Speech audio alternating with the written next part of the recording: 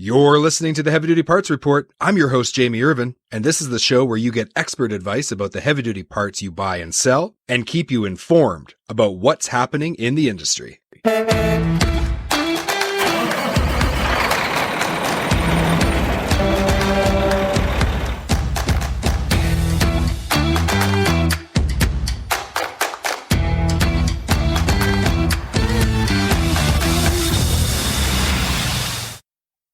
How do you cost effectively maintain a fleet while at the same time lowering cost per mile? That's a constant theme on this show.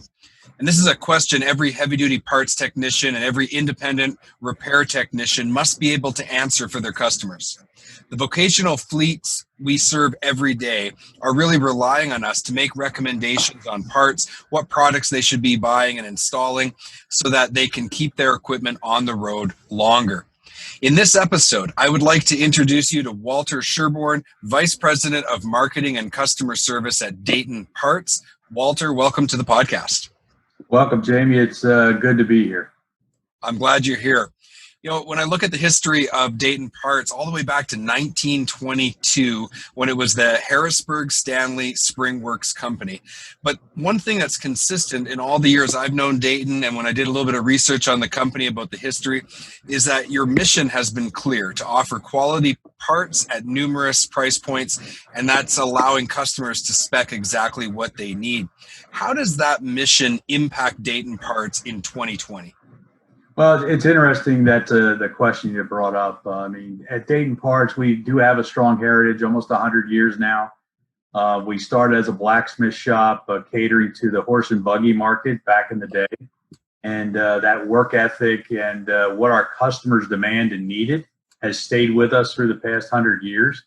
One of the big things that we've done and continue to do is we watch the different trends of our customers. We talk to our customers on a ongoing basis so that we're seeing what their needs are. There are customers out there today in the fleet and the owner operators that we cater to the second and third owner. So they're looking for, a quality part that's going to last them through their cycle, as well as, the OEMs, they go 3 years, roughly to 4 years before they trade. So we have both an OEM option, which is basically what is on the vehicle when it's new. And then the alternative, what I would consider the best quality aftermarket part, because when we build the parts, we engineer these parts to meet the OEM specifications from a performance standpoint. And then we also give training to the fleet owners to make sure they're repairing the vehicle correctly and not replacing one brake job on one side of the vehicle, because you're not going to get the consistency and cost per mile that you're looking for if you're just replacing one side of the vehicle. So when you think of Dayton Parts, I know what I think of when I think of your company, but what are you best known for in the way of products? What we're best known for, again, we manufacture leaf springs, and that's what we've been built our heritage on.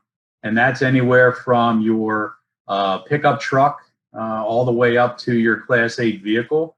And now with the high technology springs, as we call them, which are Z springs, those type of things that go on air ride suspensions, we've gotten very strong, and we know a lot about those particular products. But the three core products, other than our manufacturing of leaf springs, is all the complementary products that go around the leaf spring or the suspension side, which is, all your suspension components, all your brake components, as well as your steering linkage, your tie rod ends, your drag links, those type of products that we're well known for in the industry.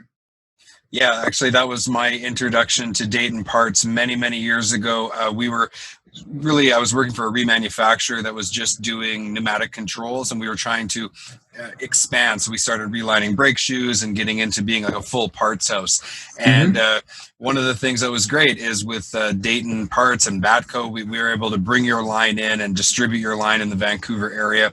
And that was kind of my introduction. So those core products we became very familiar with quickly. But I know that Dayton also has some great partnerships with manufacturers. So when someone deals with Dayton, what breadth of product beyond that core that we just talked about are people getting access to? Yeah, when they deal with Dayton Parts, again, the core products that I mentioned earlier, but we've actually expanded our line with other manufacturers, such as shock absorbers. I mean, currently today we sell Monroe shock absorber. When you look at other products, ABS components, that's the sensors, the modulator valves, and when you look at polyurethane, it's becoming another big product line for us, where again, another alternative to the regular rubber suspension components. Also cargo control. I mean, we've signed a deal with a cargo control company because there's other options out there that people are looking for, that one-stop shop to get all their products. So we continuously round it out into undercarriage and driveline components that are complementary. Driveline components like U-joints, center bearings, and those type of things, as well as landing legs and trailer accessories, the connections between the trailer and tractor with glad hands, and those type of other components that we don't manufacture. We partner up with other manufacturers that actually do the manufacturing for us. You're listening to the Heavy Duty Parts Report. I'm your host, Jamie Irvin. We've been speaking with Walter from Dayton Parts. Now, Walter, what do you do at Dayton Parts that is different than other parts manufacturers, something that differentiates your company? I think one of the major things that we are different than other manufacturers who actually manufacture a product. We also have become a world-class distribution company. I mean, not only do we distribute the products that we manufacture, but as we mentioned earlier, we also distribute products for other manufacturers and became really known in the industry to have fast service, high order fill, all those things that the companies need out there to make sure they get the product when they need it and their uptime is quicker than normal. Okay, so over the years, your company has expanded, grown by acquisition. You've been around for almost 100 years. We talked about what the future of the company looks like, but I'm always interested, when you're running a company that's been around for 100 years, you've got that rich history, and you look to the future, you're excited about it, but like, how do you keep reinventing the company itself? When I look at how we continually keep our company energized and the employees energized, no idea is a wrong idea.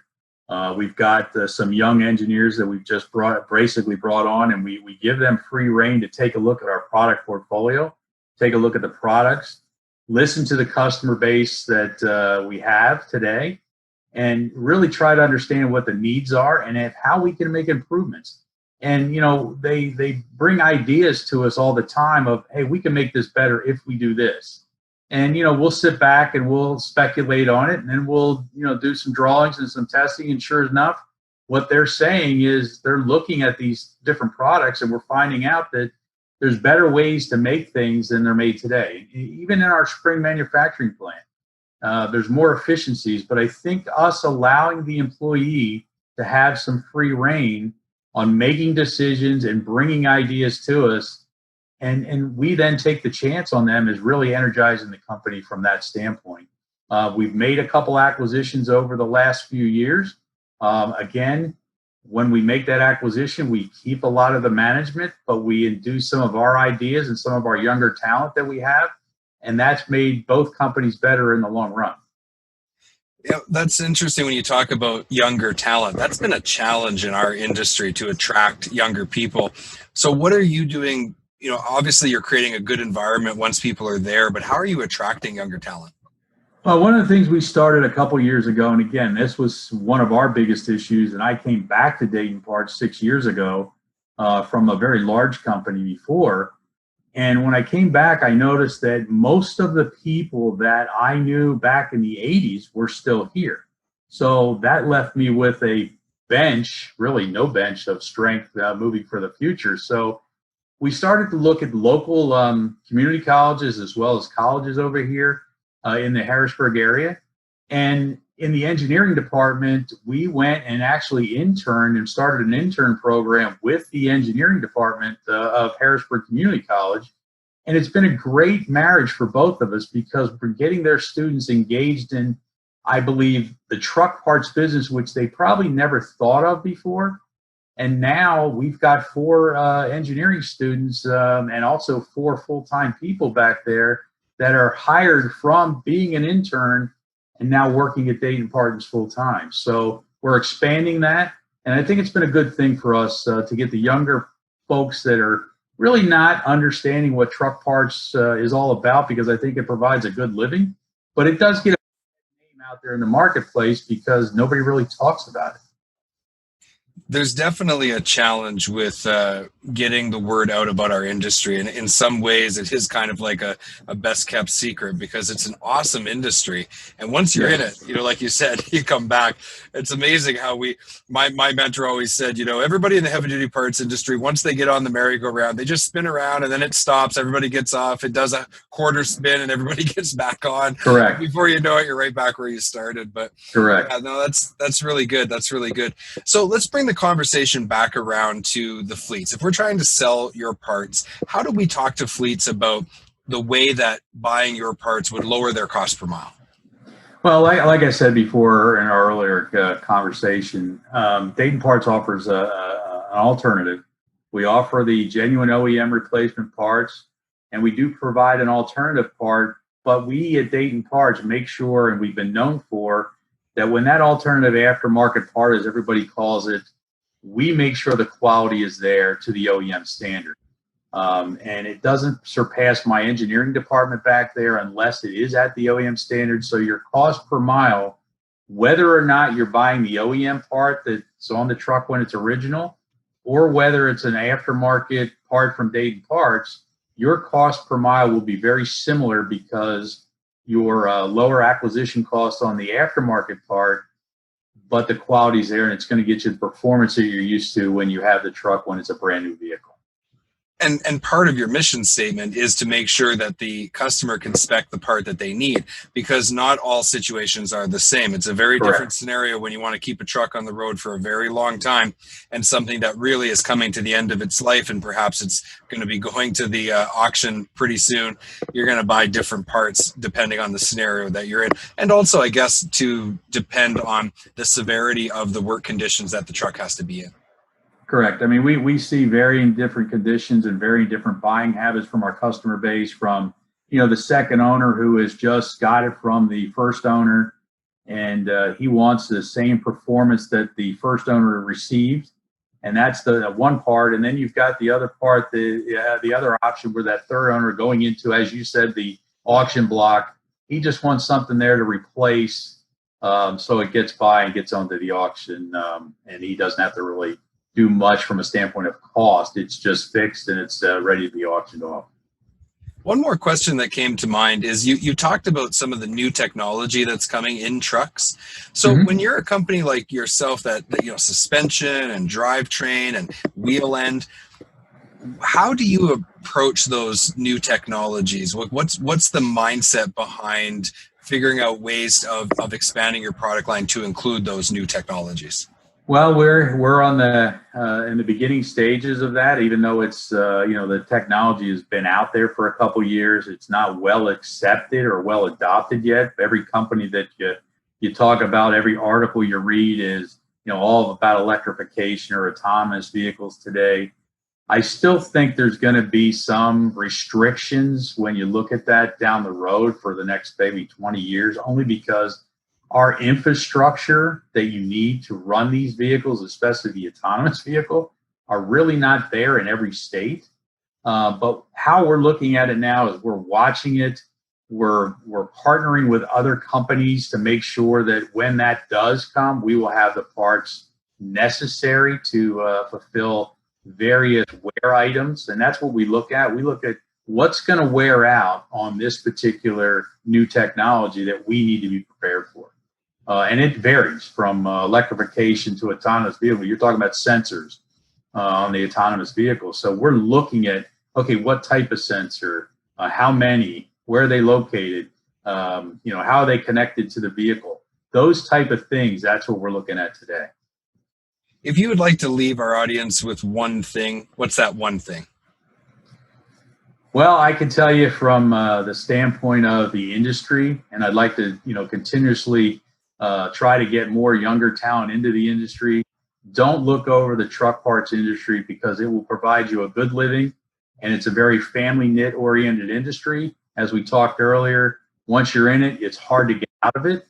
And, you have many opportunities out there to explore, from, mechanics all the way up to vice president of marketing like myself. You've been listening to the Heavy Duty Parts Report. I'm your host, Jamie Irvin. Today, we've been talking to Walter Sherborne, who is the Vice President of Marketing and Customer Service at Dayton Parts. To learn more, go to DaytonParts.com. Links will be in the show notes. Walter, thank you very much for being on the Heavy Duty Parts Report. Thank you, Jamie, for having me. I appreciate it. Thank you so much for tuning in to this week's episode of the Heavy Duty Parts Report. I'm your host, Jamie Irvin, and I just like to remind everyone to focus on cost per mile and let's keep those trucks and trailers rolling.